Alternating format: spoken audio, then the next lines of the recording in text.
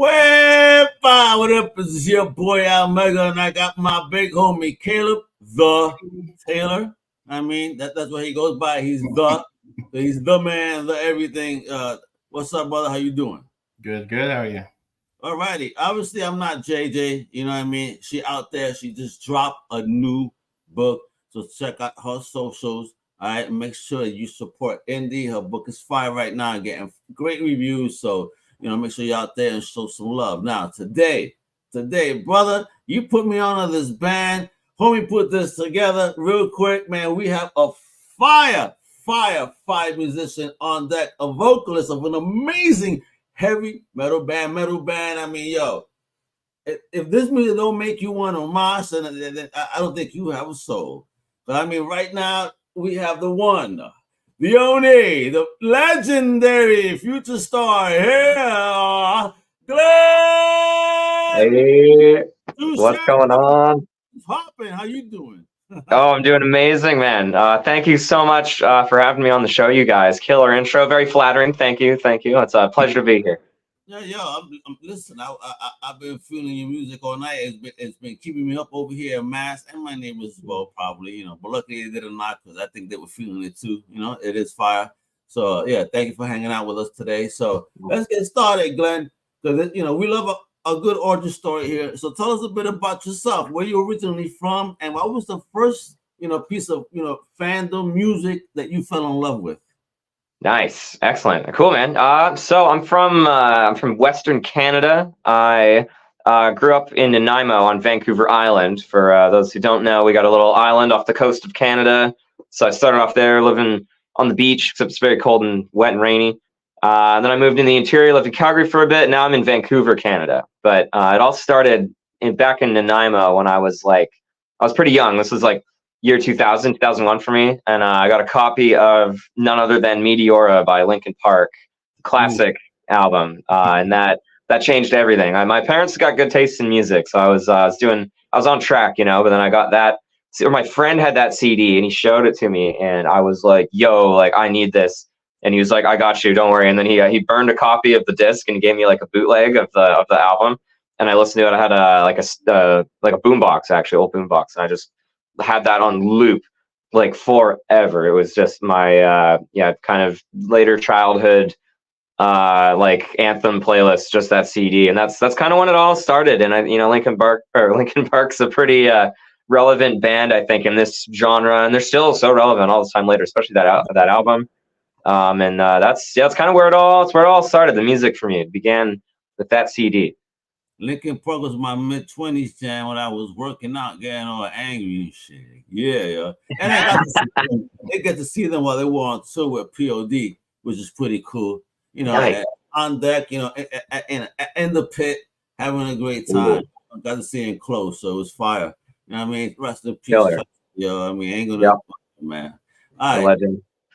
So it was that. So it's Caleb. And let me allow you before I try to take over, because if you let me, I'll run the whole joint. No, so that's what got you into the music. So what got you into? Is that directly what made you want to start performing and stuff? Did you start practicing straight out of that, or?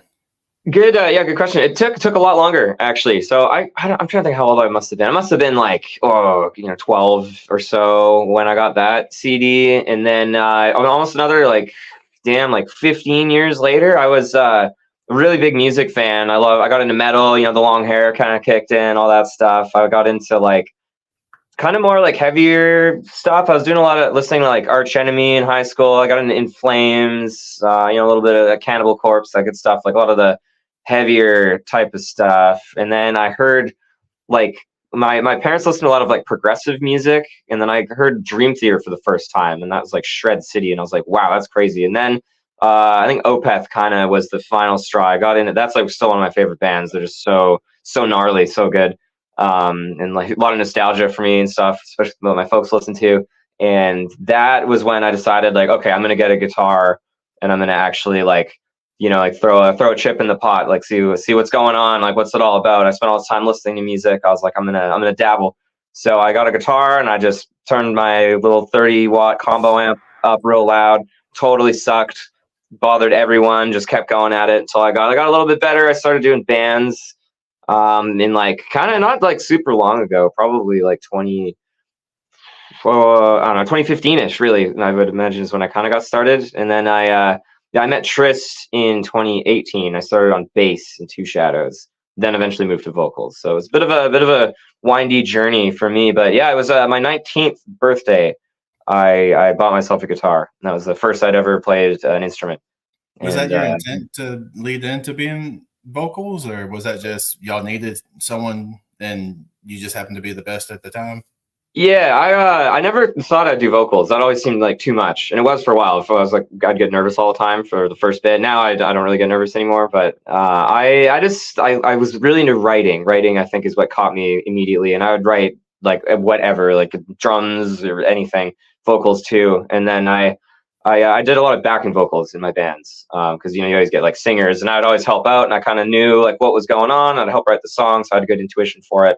And in Two Shadows, I was doing a lot of backing vocals. I was even doing lead vocals and backing vocals. And I didn't know how to scream, so that was my limitation. So then eventually we lost our singer, and I learned how to scream and just pretty much stepped up. And that was where it all really started vocally anyway. So was it because you lost the singer that you began to scream? Yeah, singing first, screaming later. It was tricky to learn. I blew my voice out like a couple times, like twice, maybe 3 times learning. And then now I've got it sorted out. I don't do that anymore. It's bad move. Good to be taught. I'm self-taught, so that's kind of the price of self-teaching. Sometimes is you make a few missteps along the way. And you do the clean and the screaming across the board, or? Yeah, that's right. And even like live, I'll do all of the vocals pretty much. Like we get like some of the guys that get some chants in. Tryst has got a couple backing vocal lines. But everything that you hear on the recordings is all me, with a couple little fun exceptions of some little details and Easter eggs in there, and like studio moments or like a feature song, whatever. But like I do definitely the singing and screaming. Well, I think especially since you didn't intend on it, like you weren't raised like trying to get your vocals together, I think you ended up pretty good then. Oh, thanks, man. I'm proud of singing and screaming since you were 12, and you only been doing it for like 5 years, less. Like about 5 years. Yeah, thank you, man. I really appreciate that. It was it's been a lot of work, been quite the journey. The guitar was always my passion, and I put down the longest break I've ever taken from guitar for like, oh my god, like 4 years maybe. I was all in on singing and screaming and trying to really figure that out. Mostly for live. Studio is a lot easier because you can kind of like, you almost get like the undo button, but you don't get the undo button when you're playing live. So that's what really counts. So it took a long time to get good enough to actually do live performances. And there's so much more growth to come. I see my videos of myself live. I'm like, oh god, like I really got to work on this or work on that, and like I'm working on it. I'm getting better. I'm always on the up, trying my best. So what can I do? Yeah, I hate rewatching myself, man. I'm like, oh god, because I start picking myself apart. So I said, I'd rather not do that. Let me just go and have fun like I'm doing now. And a big shout out to Pops over here. He's giving you a shot, saying he hasn't seen you in a bit. Pops Van Zant, Manners Comics Network, is giving you a shout. Then. Oh, well, thank you very much. Yeah, shout out right back at you. All right, so reflecting on that journey of yours, what are some of the lessons that that you've learned in that progression? Again, at 19, starting on a guitar, joining a band, becoming a bassist, and then moving along into that musical journey to sing and learning something new. Like, damn, brother. I mean, how's that felt for you on an emotional level? It's mental. Yeah, it's been fulfilling is the first word that comes to mind. It's almost like I thought in the beginning it was like too much. I was like, oh damn, like I'm never gonna do this, I'm never gonna do that. And then we've hit a lot of milestones as a band, and I've hit a lot as an individual with my own musical journey, and with just my own like kind of personal journey too. Like everything, like so much has happened. It's like really crazy. We've come this far, and I never did it intending to like come this far along the musical journey. I just enjoy it a lot, and I think that is that's that's what's always driven me forward, is just that I genuinely really enjoy doing it. And like, whether I am good or I suck, I don't care. I just love it. And I do it for me. And I think that has like helped me a lot. Like all of the, things go wrong. People say you suck, or, bumps in the road. And I just kind of shrug it off. I'm like, like, it's life. It's not going to be perfect. And that's helped me out a lot in like a lot of other ways in life. It's just all those lessons and things that have happened. I don't think anything like crazy bad has happened, or like anything like super gnarly. But it's been I feel I can relate to a lot of singers that are my idols and like my childhood idols that are in bands, and they have a lot of these stories about their musical journey, and I kind of like I've created my own too, so I feel like I can relate a little bit more to that, which is really rad. So I feel good about it, feel fulfilled so far, and the cool part is there's so much more to do. Like we've got like one release out, a couple songs, we're writing more songs. There's like so much more to do. So I'm excited for the future as well. You got this fire track, you mentioned that, release of Mad God. I even love the song. That's not even like a comic book title. I love it. Oh, so thank you. Talk about that. What inspired the creation of the song, and how does it fit into the narrative of what Two Shadow discography as well? And folks, as soon as you answer that, I'm gonna play some of it, and you're gonna see my man's crazy skills here, because I was in this like, ooh, and oh damn, fuego. All right, so talk about it. Yeah, man. So it was originally inspired by a movie called Mad God. And it's like this stop motion, super freaky. It's like a horror movie. There's no dialogue. Really, really quite an art film. And it's so dense. It's so complicated. The guy, I can't remember his first name, Tibbet though. He worked on it for like 15 years or something, like so long on this project. And then Tryst and I watched it together, and it just had like such a strong vibe about it. And it's got this real like kind of existentialism thing that it's sort of alluding to, and really like nihilistic, very dark. And like that kind of dark subject matter is something that we love in our music, just because we just love it. I don't know. It's like something about that goth element. We just love the freaky dark stuff. But we tried to make the song more inspired by like the vibe of the movie. It's not really the same thing or talking about the same things. But it's definitely the vibe is in there, and subject matter wise, like the whole song, it's real kind of dark, sort of nihilistic perspective on like kind of society and where everything's going. And it's like one of the lines in it is overdosed on sanity, and that's kind of how like so many people, whether it's like prescription drugs in a helpful way, or like alcohol or whatever it is, like everyone's kind of trying to escape real life for a multitude of reasons, and it's like very dystopian.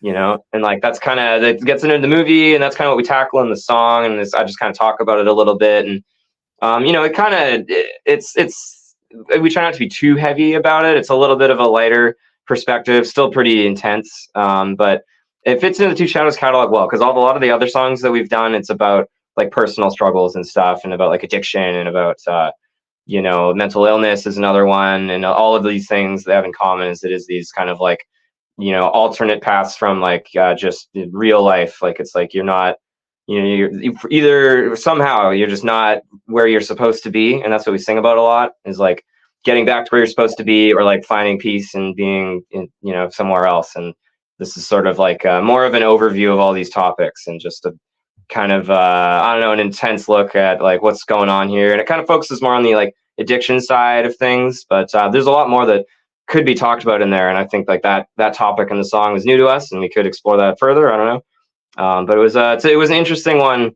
to write. There's a lot going on, but it was very fun for that reason. And with that, let's get a little sample. I'm gonna play it in the background. All right, so check it out. Yeah. All right. Stories, but now I'm back to life.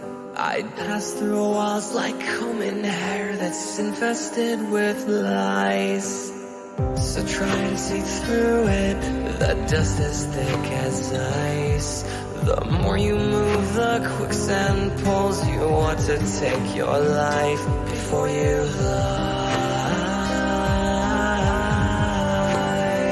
Before you lie. Before you lie. Yeah, I love it.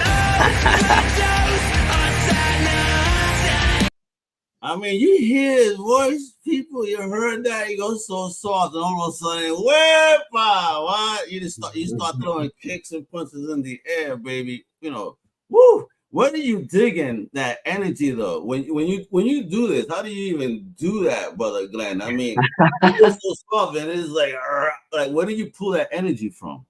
Oh man, I mean, I love the contrast is the coolest part. So I get fired up right away at the idea. But it's at the end of the day, it's all technique stuff. Like when you're singing, it's very breath dependent. You know, you breathe a certain way to get in the right position to make certain sounds, and sometimes you can just kind of, it's like a stop start kind of thing. Like the soft part, you like finish, done, and then you kind of like approach it, like switch vocal style, and then come in with a brand new style. And I love doing the heavy stuff. Everybody in the Two Shadows camp loves the heavy stuff, so we love to fit it in wherever we can, and that's fun. And I love doing it because it sounds like so crazy, because that's so different, that soft clean singing and then like the super brutal low scream stuff. But it's rad. And at the end of the day, it's all just technique. Like you kind of gotta have the energy, you gotta be fired up, but like you gotta be like clear headed as well. Like if you're too excited, you'll trip over your own feet and you can mess it up. That's how you blow your voice out, by the way. Don't be doing that.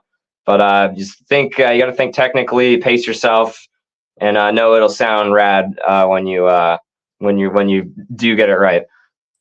Glenn, you're already driving the fans crazy that are watching. They're like, we want to hear more. Where can we hear more? So I know it's YouTube and Spotify, right? At Two Shadows. I mean, look them up, official. Check them out. They're there. You can tune in, subscribe, show the love, all right? Don't do that. I'm gonna show you that, like a video that they dropped. All right. I'm gonna show a little bit of that in a little bit that they dropped open the year, one of their newest joints. So we'll do that as well. So Caleb, again, ask some questions. Don't stay there, all shy. He's like, I think your lyrics remind me of kind of like Blue October, like there, especially like the Approaching Normal album. A lot of there's an artsy feel to it, but there's a lot of emotion behind what's being said or written, like, so it's not just beautiful to read, but it's also, oh shit, that's a bit more than like it gave off, so yeah, thank you. Yeah, I noticed that. I don't think I've heard that album actually by that artist. I've heard of that before, but I gotta check that out. Actually, I'm gonna remember that one to check it out. But yeah, no, thank you, man. That's pretty much it. It was just, I don't know. There's a magic in this song for some reason, and it was like kind of like there was enough room after the writing. It kind of allowed for a lot more of those kind of theatrical performances and just go a little bit deeper than usual in the performance side of the song. And that was something that set it apart for me, was just being able to execute it in that way. But I feel exactly the same about it. So thank you.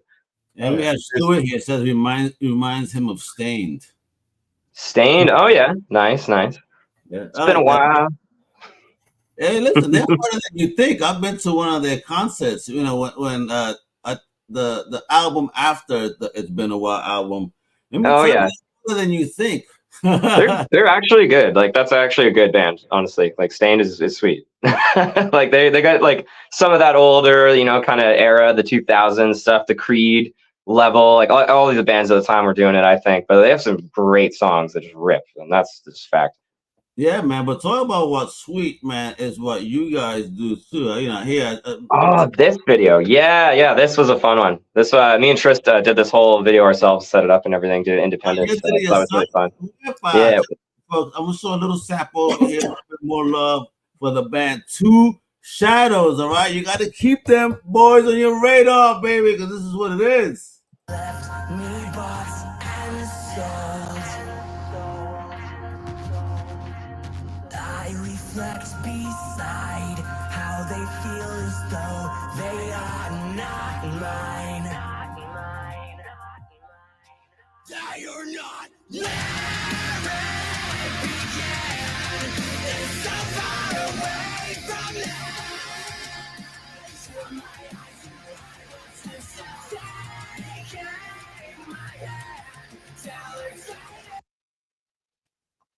I mean, folks. I mean, come on, guys. What? Some of you don't want you saw that. Damn, I gotta go to the concert. We're gonna talk about that, a little bit later. Where you guys are gonna be playing. So hopefully you coming through to Mass. It ain't too far from Canada. So Oh yeah. Yeah, it's in the intentions anyway. The planning is all going on right now. I currently don't know where we'll be, but I'm hoping that's one of the spots. Well, it's Madison, New York. I'll drive to see you guys for sure. I think my daughter will love you guys too, because she big on the music. So yeah, hell yeah. I'm feeling the energy. You guys seem to have this. So how do you meet the whole band though? How did the band come together outside of you and Tryst? I mean, the rest of the you seeing here. So when I joined, there was already 4 other people in the band, and then I was the 5th guy. And basically after that, we kind of like got everything together, and we managed to land a record deal. And then that's when it got tough. Is after you think the record deal is the lucky break, we're good, which is true in a way, but it got way harder, and the stuff that we needed to do got more challenging, and the guys, like, they kind of just either weren't into it or they fell off for one way or another, and then the band slowly kind of fell apart. And eventually it was just me and Tryst, and we were trying to find bandmates. We were like, man, this is crazy. And then we thought about it, and we were like, you know what, like, we've done all this ourselves. Before we had 5 people, and now we do 5 people's amount of work, just the 2 of us, or more than that, really, now that there's so much more that goes on. And yeah, we're just like, screw it, we're not going to get new bandmates. Like, we'll just hire people as we need them. And then so when we go on tour, we hire on a drummer and a guitarist and some crew, and that's it. And we get to run the show. It's 2 cooks in the kitchen. We make all the rules, ish. And all the people that we bring on are like our friends. So it's like this awesome group of like, we all like love hanging out. Like, if we have a day off, like, we'll all actually hang out still. And like, that's kind of all we need to be entertained, which is sweet. And yeah, we're really, really fortunate to have found those dudes, and they like the system. They're like, hey, I'll show up and play. You just, throw me some cash. We're all good. And it's nice and easy. That's like Queens of the Stone Age, homie. That's what he does, essentially. I mean, any album you're telling me that the band has been the same. Look at them. Yeah. He does, hires whoever he got to hire. There's only been a couple of mainstays, but even they have an evolving door in that. Yeah, dude, it's such a good way to do it, because it's that cooks in the kitchen thing, man. You got 5 people trying to work on one thing. Everybody's tripping over each other, and you just shave it back. Tryst and I, like, we have the same vision for things. We got great communication. We're like literally best friends. So it's just like really easy. And there's only like 2 of us. So it's a lot easier than 5 people. Like, you want to get something done, you need a band meeting. You got to coordinate with 5 dudes that are all super busy. It's slow. It's really slow. But one-on-one, at least it's a phone call. And then you're not left alone. You're never left hanging, because you got your guy there to help you out. So it's been absolutely amazing with just 2 of us. And we still put on shows with the full band anyway. So it's the best of both worlds, I think. Oh yeah. So stepping into the industry, like, what challenges have you been facing, if at all? To launch and get to a position where you want to be. Yeah, that's such a good question. I think there's like a lot of learning curves that we've hit in the last 2 years, and depending on how many people in the industry and like how your network is built will determine like how easy that is. Like, if you know like really good people that like are really like, they love you and they're gonna help you out, that's like really good, because you can skip a lot of like hurdles, which we've been lucky to have that as well. But then in other things, like, for instance, we've never had a booking agent, so it's like super tricky to go out and tour, because we got to book all the shows ourselves. Or you got to like go under a different band or whatever. Like, we went on tour with the Veer Union, who are good friends of ours, last year, and in 2022, so I guess it's not last year anymore. But they they're really rad, and they brought us out. It was our first time in the US, like, and they helped us out with doing the visas. If you're Canadian, you play in the US, you need a visa, and that's really complicated. So stuff like that was rad to have some help with. And I think that those are the tough points, because there's just stuff that there's no way you're gonna know how to navigate this thing or how this other thing works. So you got to have people that are rooting for you that know stuff, and we've been pretty fortunate there. You and y'all have a music video with the Veer, right? Yeah, we did. We've done 2 songs with them actually. One of the first songs we put out was with the reunion, Scratching the Surface, and we just did Marionette recently with them again. It was funny how that worked out. We didn't think we were going to do a song with Veer Union again, but we were in the studio and they were there too, and they helped us with the song. And Chris Ben, the singer, he wrote some stuff on Marionette, and it was the right track and it was the vibe, and we were both feeling it. So we decided to just go for it because we're kind of like, maybe a little bit weird, you do 2 songs with the same band. It might be kind of like, okay, I've already heard that, but we were like, whatever, like we love it. So we're going to do it. And it was that simple. I thought it was a good song. I liked it. Yeah, thank you. I mean, I loved it. I also enjoy when bands do that, when they merge and do just a song or 2 together and stuff like that. Like, it's just neat. Like, I know that guy and I know that guy. Yeah. I think it's rad, and it's so fun too, and it switches it up. Like, I like it too because it's easier. Like, I don't think we have a huge problem with our songs sounding the same, but like that's an easy way to really set something apart. Even if you have 2 songs that are like similar. I don't think we've had that, but you do throw a feature on one, and then it kind of takes it, or like do more of a collaboration is the word now. But get another artist on to put their flavor on the song. Now you've got something totally new, which is cool. And Marionette and Scratching at the Surface, while we have Veer Union on both songs, like the amount we've grown in that time is crazy. So I think the flavor of those songs and the way the feature kind of hits is like pretty different. So that was kind of cool too. They're different enough. Have you had any memorable moments thus far while being on stage or in any shows? Anything funny or that stood out? Oh man, there's so much. I can never pick like one thing. Like every show is pretty different. I mean, I haven't played like a ton of shows. Like I've done like 70 shows singing, which is, I mean, a lot, but in the grand scheme of things, like not very much at all. And I don't know, every time that we play City for the first time, it is like just such a unique experience, and like the vibes in the crowd. I think one of the most memorable things for me was when we went out in March of 2023, and we hadn't toured in a while, and this was just after we kind of like blew up on TikTok with some of our like video content there.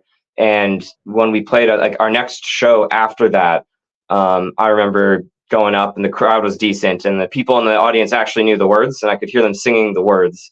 And that like blew my mind. That was such a surreal experience, especially like writing those lyrics and like melodies and stuff. And then like hearing the audience like screaming it back. And like, I like, you can hold up the microphone, right? And then they'll sing at you like the actual words. And I'll never forget that. And it's even happened more since that one time, which is even crazier. But when that happened the first time, that like changed me as a person. I was just like, whoa, that is like so I've experienced something that is like rare. Like so many people, like it's so rare to ever feel that, and that was just absolutely crazy. And I'm forever grateful for that experience, and that it continues to happen.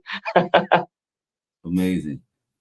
You mentioned TikTok. Man, you guys got over 390,000 followers. Jeez, who manages the TikTok? How y'all did that? Jeez.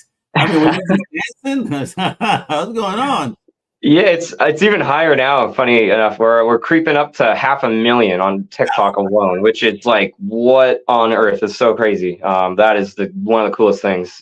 Tryst and I do all the TikTok stuff ourselves, and like, I don't know, man. Like the community in TikTok, they just love like, for us, like funny videos, and we just dress up goth and just do stuff that we think's hilarious and post it, and people love it. And that's really the root of it all. Like it's just this community of just loving fun, and the goth, celebrating goth culture, or our attempt at goth culture, or interpretation of goth culture. And we just do funny skits and tell jokes. And that's kind of most of it, and promote the music too, obviously. But yeah, it's just there's a lot of people on TikTok, and they're like, they know what's going on. And we've been really spoiled on TikTok, but it's rad, and it keeps going up. So as long as people keep liking the videos and following, we're gonna keep posting, and that's that simple. So it's been awesome. I gotta check if my daughter follows y'all, because she got the girl for real out in Florida. Like, yeah, she She went as a goth nun for Oh, Halloween rad. and won, and she became the cover girl of the cosplay book. Oh, damn. Nice. That's Yeah. killer. Yeah, she all into that. Like she actually wore shoes last time, and I was like, oh wow, why am I looking into your eyes for a change instead of down? Because she's actually those platforms were like, what the hell? How do you walk in these things? Oh yeah, yeah. Tryst is so tall. When I'm on stage, I wear the platforms because I need to get a couple inches to keep up with them. How do you walk, man, with those shits, bro? It's crazy. I see that. Listen, like I said, I'm not afraid of heights. I'm afraid of falling. Yeah, you got to learn it. It's weird at first for sure, but it depends on the boots too. Some boots are more difficult than others. I got a pretty easy pair because I like to jump around, so I got to make sure they're not too difficult to walk in. So, you talk about venues that you've done too, but you also done like haunted attractions, rock and roll historical sites, diners. I mean, what? Oh yeah. That must have been a cool experience. I mean, I picture a diner being so small for a band. I mean, what type of diner is this? They're rad. I had no idea. It was Tryst's idea. He's the diner guy when we're on tour. He always gets up the earliest, and he's a breakfast guy. And I like to sleep in. I'm more of a night owl, and I'll wake up and we're at a diner. I go in, you get your like waffles, bacon, sausage, whatever, have your eggs. It's just such a excellent breakfast. It's cheap too a lot of the time, like super filling. And they're everywhere actually. I had no idea. There's diners like all over the place, and it's like if you don't look, you'll miss it. But it's just I don't know. They just got that vibe. It's like that home cook vibe. And you just you can't really get that on tour in many places, especially reliably. So I don't know, man. There's just this magic about diners, but I love them now. But I probably wouldn't have thought to go to diners all the time. That's all Tryst. He is the diner guy, and it's hilarious. But we're down. Everyone in the band and the crew are just like, hey, sweet, I'm down. Diners are rad. Guys, come to New York. The 21st Street Diner. It's 24 hours, and they have their menu is like a book. So it's like you could eat anything at any time. And the last time I went there, my boy made me eat this: a cheeseburger, a grilled cheeseburger. So basically, the buns are 2 grilled cheese sandwiches with a burger in the middle. Wow, yeah. That's intense. That's wow. Whew. I don't know if I could get through that one, but that's rad. You're lactose intolerant, man. I am, yeah. I literally am lactose intolerant. And so one of the guys wants to know if you crowd dive and get passed around. Oh, I've never stage dived actually. I've kind of like always wanted to, but I would be so embarrassing if I fell through. I feel like I wouldn't because I'm a pretty small guy, so I get away with it. But oh, sorry. You're the lead singer. They're gonna protect you. I'm sure they're not gonna let you. I bet it'd be great. We went to see System of a Down, MTV $2 bill, and homie went and he did the stage dive, and he was a small guy. Let me tell you, when he dove, I saw it from behind because I was with my ex-wife at the time, and I just saw the crowd just shift as he went down the middle. Poor guy lost his shoe, so he was hopping around on one foot for the whole show while System of a Down was playing. Man! And he finally found his shoe, which is hysterical. My friend security said somebody lost their shoe, and this kid is hopping. That's my shoe. That's awesome. Oh my goodness. I'm gonna do it one day. It'll happen. Yeah. Well, we'll see. Maybe next tour. I wonder. My confidence has increased after today. Oh, I know Caleb had a question about artwork. Go ahead, Caleb. Right? No, I was just curious to how you came about choosing both of them, the artwork for the upcoming album, and then the artwork for Mad God, the journal, I guess. Yeah. So all these ones are all single artworks so far. I think we've got our Bring the Cold Inside album art, but I haven't done the album art for what's the next album yet. So yeah, I do all the song artwork. We have Tryst's wife that does the merch now, which is sweet. She's super talented. And all the art, I approach them all kind of different every time. It's always there we go. After the fact, I kind of like look back at the lyrics. Sometimes I have a vision of the art, sometimes not really. This one was really tough actually. Me and Tryst spent a long time trying to figure out like what on earth are we going to do for the artwork for this. And I was trying all these ideas, and eventually, this is funny. I never expected to go down this route, but the book thing. I was in Chat GPT, like generating images to try to get an idea to something to make, and then it popped up like the book as if it was kind of obvious, and I was like, oh, I never would have thought to do like a book as like, you know, a photo of a book. Like it was just kind of so like outside the box from like how I usually approach it. And so yeah, I took like the basics of like a book that it generated that I liked, and then I went over it in Photoshop and like did all the touchings. Like I added like those red veiny kind of things on it, and like all that color in the background, and like changed the text to say like, you know, Mad God and all that stuff. So it was cool. It started off as an AI generated thing, and then I took it into like my, you know, art space, my virtual art space where I do all the other art, and then kind of like brought it up to that level. That's the way to use AI, you know what I mean? And to inspire and then move on, and you know, and put your beautiful human touches on it. And you know what it reminds me of, though? It reminds me of what if the Necronomicon was young, you know, before it got cursed and had a face. Yeah, nice. That's awesome. I love that. That's so like kind of the vibe too that we approached it, especially with like the veiny kind of things. Like I love like Evil Dead and H.P. Lovecraft. I actually just got a new tattoo on my arm of the Necronomicon from Evil Dead. Which is so funny. But that's totally like kind of where the idea came from, is exactly that. So nicely done. Yeah, man. I'm a fan. Yeah, I started looking at it. I said, yeah, it looks like just about curse. You know, you're laying the curse on the book at that moment, and the blood is starting to flow, you know what I mean? Yeah, that's right. That's so good. Yeah, I love it. Hey, Caleb, you want to throw another question in there? You when you were talking about the stage diving and stuff like that, has there been any incidences on the stage or anything in particular that you thoroughly enjoyed about the stage? Just a performance you did, or just kind of like what you're thinking of? Yeah. Good question. We've never had like anything bad happen on stage. I've never had to stop a show ever. Nobody's like, you know, the guys on guitar might like bash their hand on something by accident, or like, you know, maybe an ankle twist. Nothing too bad. My favorite stuff on stage is when we get to use all our props. We got like ramps and like things to like mess with. We like to be really theatrical, which is cool. But I think one of my, I don't know. I'm so random on stage. I don't really think about anything. I'm just kind of like flailing my arms, acting like a maniac and jumping around, which is what I love to do. But we did a couple shows, or specifically one show in our hometown in Vancouver, and we had these dancers in these costumes, which is that's in the photo in the background. Yeah, right there. You got it. Yeah. That's the costumes were so sweet, and then the masks they have are like really cool too.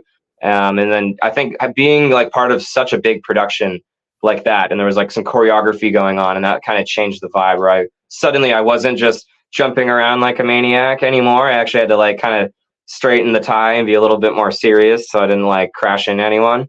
And that felt really cool. I felt like a pro in that moment, and that was kind of another magical moment where I was like, oh wow, okay, like we've taken this thing far enough now. I can't just get away with anything now. I've got to kind of follow some rules, because I'm not a rules guy. If there's rules, I like to break them, but I also don't want to like accidentally elbow anyone off stage. So like that's it felt good, like, you know, in my soul to know that we'd come that far. But that was a special moment. Other than that, I don't know, mainly just that like the singing back one from the crowd was sweet.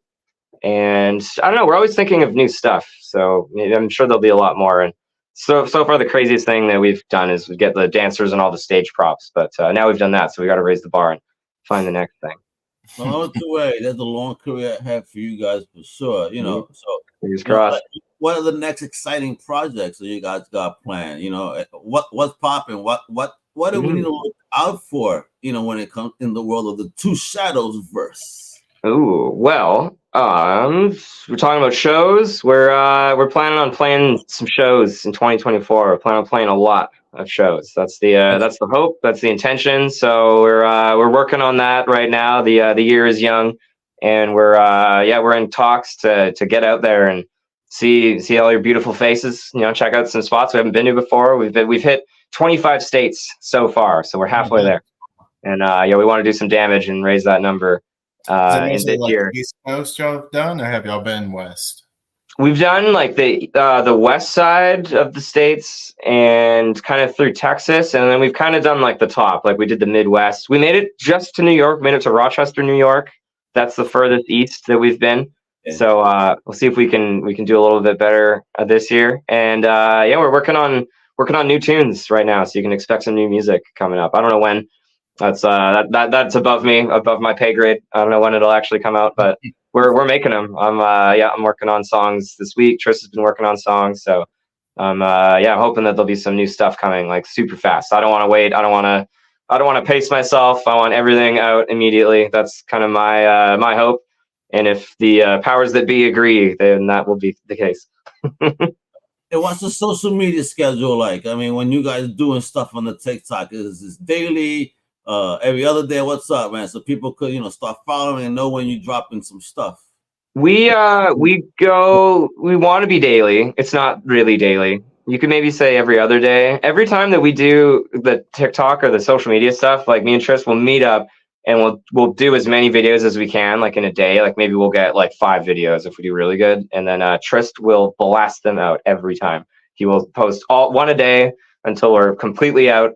And then we might have a couple days off, and we'll go back and we'll make more. So if you want to catch the Two Shadows new content, you got to pay attention, because it's gonna come fast. So it might maybe a bit of dead air, and then we're gonna be back every day.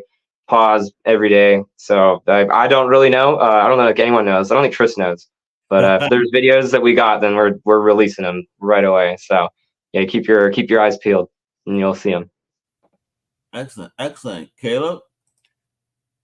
Do you have any like rituals that you do before a show or something that you get you set and like in the moment type thing, and like prepares you?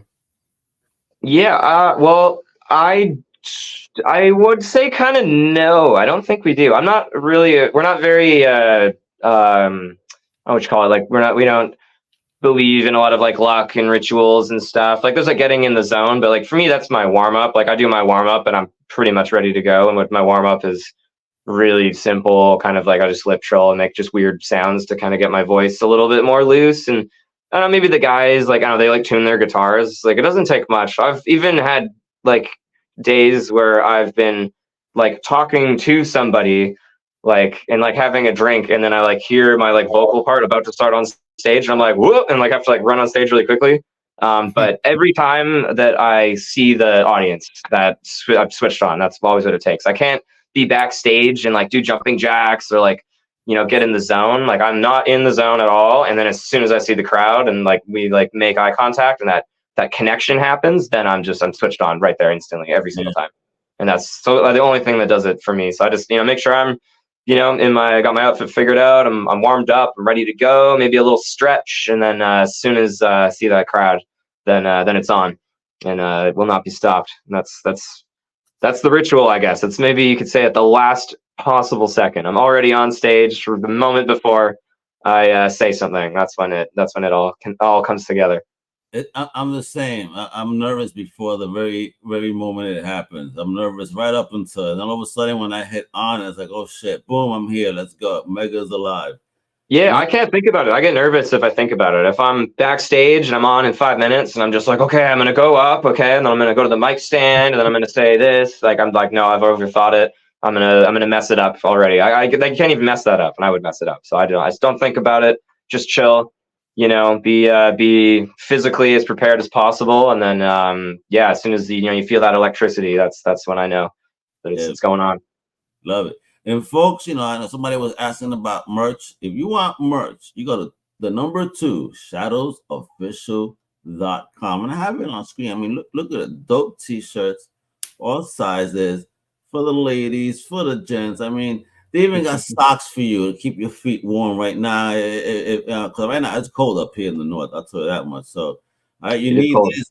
You can keep the babies warm too. All right, they got everything, all types of tees and hoodies, dope hoodies, and of course, we get the music too. You know what I mean? Get some music off of here. Let's go. We got music. I think the CDs are out of stock, but we're working on that. More CDs.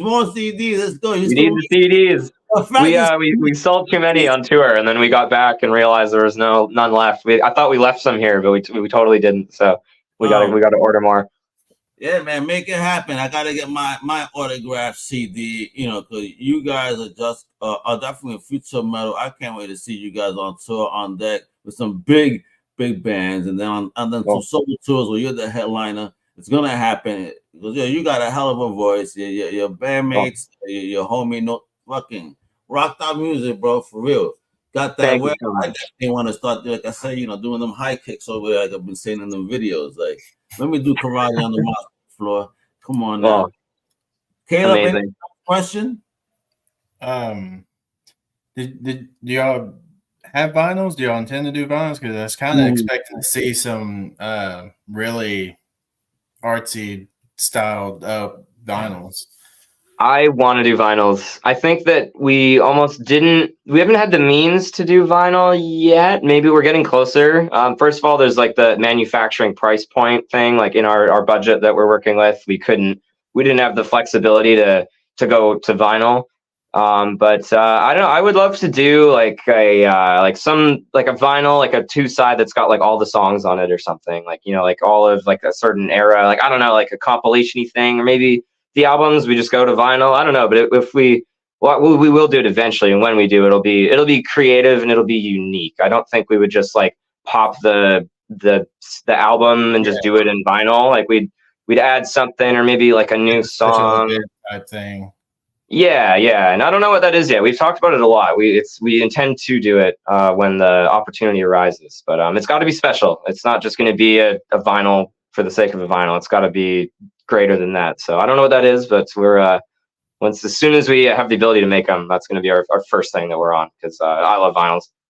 Oh yeah, fantastic. And y'all have enough talent on that end of like the art side of things and stuff to make that really pop as well. So that's I'm looking forward to that. Sure. Yeah, thank you. That's the intent. That's the hope. Fingers crossed. Oh yeah. Excellent. So lastly, any words of wisdom or messages that you want to share with the fans, aspiring musicians that may be tuning in? Ooh, I mean, for the inspiring musicians out there, I would say the only way you can fail is if you quit. That's something that I've thought of in the tougher moments. That's helped me out. And you can suck really bad, but as long as you don't quit, you'll never fail. And that's how I got here. So keep at it, folks. And I thank you to the non-music people, the fans, just the fans. Thank you so much for all the support, for getting us this far, for tuning into the show and listening to me just yap on about all this stuff. I very, very much love. Back to you guys. Man, you rock. Thank you for your time. I'm digging the band. You definitely have a fan in me. I'm gonna be supportive and checking everything out. Every band that I've had come here has just been absolutely amazing. Like, geez, bro, Caleb don't know what he's doing to me. It's like I have to add. I'm making a list of all these bands that I gotta see in person. And you're definitely one of them. I gotta see your show. I think it'll be rock. The music is fire. I'm digging the energy, the vibe, the words. I mean, the message. So, as a band creator, thank you so much for being brave and bold enough to share in your talent and your words, your emotions and everything, brother. We appreciate it. Thank you so much for having me, guys. This is tons of fun. Thank you so much. No, thank you. Caleb, brother, thank you for tuning in, brother. You know what it is. You rock the man. Hasta la próxima. You know what it is. I'm Omega, Comic Crew, Music Crusaders. Wepa!